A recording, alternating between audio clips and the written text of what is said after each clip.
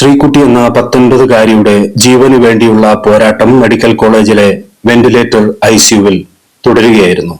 പുറത്ത് ആൾക്കൂട്ടത്തിലെ തിക്കിലും തിരക്കിനിടയിലും ശ്രീകുട്ടിയുടെ അമ്മ വിശപ്പും ദാഹവും മറന്നിരിക്കുന്നു. ജീവിതത്തിന്റെ ഭയപ്പാടും ബാക്കിയായ കുറെ ഉത്കണ്ഠകളും മാത്രമായിരുന്നു അവർക്ക്. പ്രതി ബാറിലിരുന്ന് മദ്യപിച്ച് ആനന്ദിക്കുന്നതിന്റെ എന്ന രീതിയിൽ പ്രചരിക്കുന്ന ഒരു വീഡിയോ ആരോ ഒരാൾ അവരെ കാണിച്ചു. തന്റെ മോളെ ഇല്ലാതാക്കാൻ നോക്കിയ ആ കൊടും കുറ്റവാളി എന്ന് പൊതുസമൂഹം തിരിച്ചറിഞ്ഞവൻ.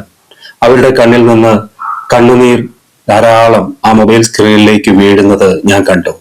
ചാരായവും ലഹരി മരുന്നുകളും വിൽക്കുന്നതും നമ്മളിലുള്ളോർ, അത് കുടിക്കുന്നതും നമ്മളിലുള്ളോർ, അതിന്റെ ദുരിതം അനുഭവിക്കുന്നതും നമ്മളിലുള്ളോർ തന്നെയാണ്.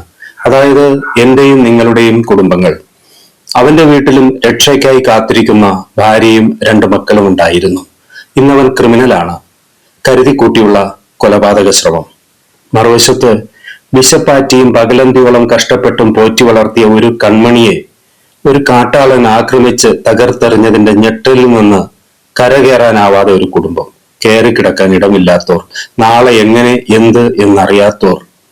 വല്ല അന്യഗ്രഹ ജീവികളും ആക്രമിച്ച് കീഴടക്കിയാൽ മാത്രമേ ചാരായം ഇവിടെ വിൽക്കാതിരിക്കൂ.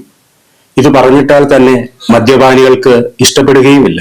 ആ സ്ഥിതിക്ക് രക്ഷ എന്നെയും എന്റെ സമൂഹത്തെയും ഒറ്റ നിമിഷത്തിൽ ഇല്ലാതാക്കുന്ന ചാരായവും ലഹരി വസ്തുക്കളും ഞാൻ ഇനി ഉപയോഗിക്കില്ല എന്ന് ഞാൻ തന്നെ ദൃഢപ്രതിജ്ഞ എടുത്തേ മതിയാവൂ. ചാരായവും ലഹരി വസ്തുക്കളും എനിക്ക് വേണ്ട. നിങ്ങളും ഒപ്പം പോരൂ. നമുക്ക് നല്ലൊരു സമൂഹത്തിന്റെ ശില്പികളാവാം.